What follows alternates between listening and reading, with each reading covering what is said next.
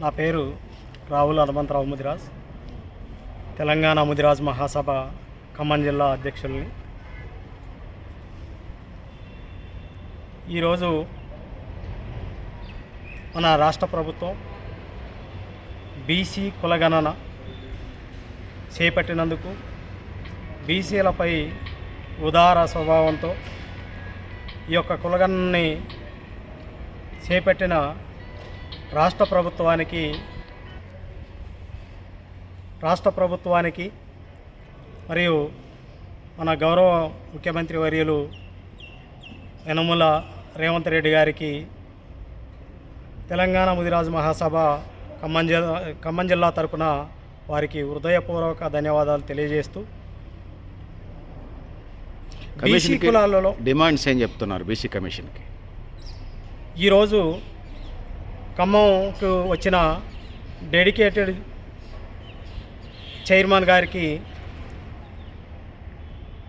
ఖమ్మం జిల్లా ముదిరాజ్ సంఘం తరపున తెలియజేయనిది ఏమనగా, ఈ యొక్క బీసీ కులగణనలో భాగంగా ఈ బీసీలలో అత్యధిక జనాభా కలిగినటువంటి ముదిరాజులను ఈ యొక్క కులములో ప్రాంతాన్ని బట్టి, ఏరియాని బట్టి, అక్కడ సందర్భాన్ని బట్టి బంటు, ముత్తరాశి, తెనుగోళ్ళు అని పిలువబడుతున్న ముదిరాజులని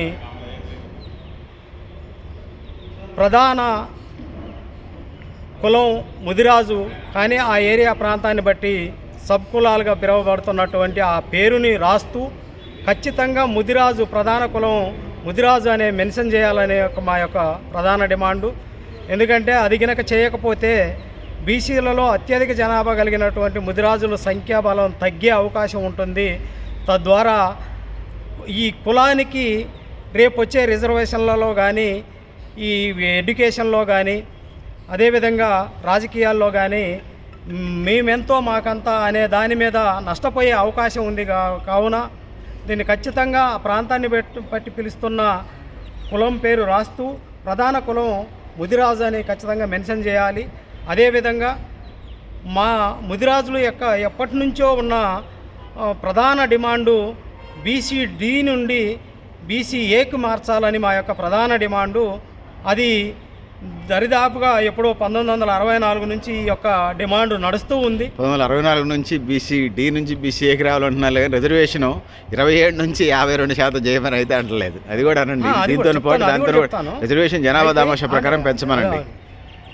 అదేవిధంగా ఈ యొక్క మా యొక్క డిమాండుని ఇప్పటికైనా, గతంలో గౌరవనీయులు రాజశేఖర రెడ్డి గారు ముఖ్యమంత్రిగా ఉన్నప్పుడు డి నుండి ఏకి మార్చడం జరిగినది. అది మన బీసీ కులాలనే కొంతమందిని దాన్ని వ్యతిరేకించడం, వారి యొక్క ప్రాధాన్యతకి ఇబ్బంది కలుగుతుందని కోర్టుకు వెళ్ళటం ద్వారా అది అర్ధాంతరంగా ఆగిపోయినది. అది మళ్ళీ ఈ యొక్క సుప్రీంకోర్టు నుండి మళ్ళీ బీసీ కమిషనర్కు ఒప్పచెప్పి, బీసీ కమిషనర్ ద్వారా రాష్ట్ర ప్రభుత్వమే దీని నిర్ణయం తీసుకొని ఏలో కలిపే ఒక అవకాశాన్ని మన రాష్ట్ర ప్రభుత్వానికే ఒప్పచెప్పింది. కాబట్టి ఈ యొక్క బీసీడీ నుంచి ఏకి ఏదైతే మా యొక్క ప్రధాన డిమాండ్ ఉన్నదో, మన కాంగ్రెస్ ప్రభుత్వం మన ఎన్నికల మేనిఫెస్టోలో ఏదైతే 6 గ్యారంటీలు ఏదైతే పెట్టారో దాంట్లో ముదిరాజులను కూడా బీసీడీ నుంచి ఏకి మారుస్తామని మన ప్రధాన ముఖ్యమంత్రి గారు చెప్పడం జరిగింది. ఆ యొక్క డిమాండ్ని ఖచ్చితంగా కూలంకుషంగా దాన్ని పరిశీలించి మా యొక్క డిమాండ్ని బీసీడీ నుంచి ఏకి మారుస్తారని మేము భావిస్తున్నాం. ఖచ్చితంగా అది జరగాలని మా యొక్క ప్రధాన డిమాండు. అదేవిధంగా బీసీలకి ఏనాటి నుండో ఉన్న రిజర్వేషన్లు ఖచ్చితంగా 52%, రాహుల్ గాంధీ గారు 42% అని అంటున్నారు. కానీ మా యొక్క ప్రధాన డిమాండు బీసీలని రాజకీయాల్లో కానీ, ఎడ్యుకేషన్ పరంగా కానీ మా యొక్క వచ్చే రిజర్వేషన్ పొందే దాంట్లో 52% బీసీలకి రిజర్వేషను కల్పించాలని మా యొక్క ప్రధాన డిమాండు. ఈ యొక్క కులగణనని సజావుగా పూర్తిగా సాగేటట్టు ఏ కులాన్ని కూడా తక్కువ చేసి చూడకుండా ఆయా కులాలని ఆ ప్రాంతాన్ని బట్టి పిలుస్తున్న పేర్లని రాస్తూ వాళ్ళ ప్రధాన కులం పేరు రాసుకుంటూ ఖచ్చితంగా బీసీ కుల గణన ఖచ్చితమైన ప్రమాణాలతో జరగాలని మా యొక్క ప్రధాన డిమాండు. అదేవిధంగా ఈ బీసీలని ఎప్పుడైతే గుర్తించి బీసీలకి ఖచ్చితమైన న్యాయం జరుగుద్దో, రిజర్వేషన్లో ఖచ్చితమైన న్యాయం జరుగుద్దో, ఎడ్యుకేషన్ పరంగా వారికి ఇలా బడుగు బలహీన వర్గాలు అట్టడుగునున్నటువంటి కులాలు చాలా ఉన్నాయి. మా కులంలో కూడా, ముదిరాజు కులంలో కూడా చాలా వెనుకబడిన ఇంకా అట్టడుగున ఉన్నటువంటి జనాభా కలిగినటువంటి మా క్యాస్ట్లో కూడా ఈ యొక్క ఎడ్యుకేషన్ పరంగా రిజర్వేషన్లు పొందే అవకాశం ఉంటుంది.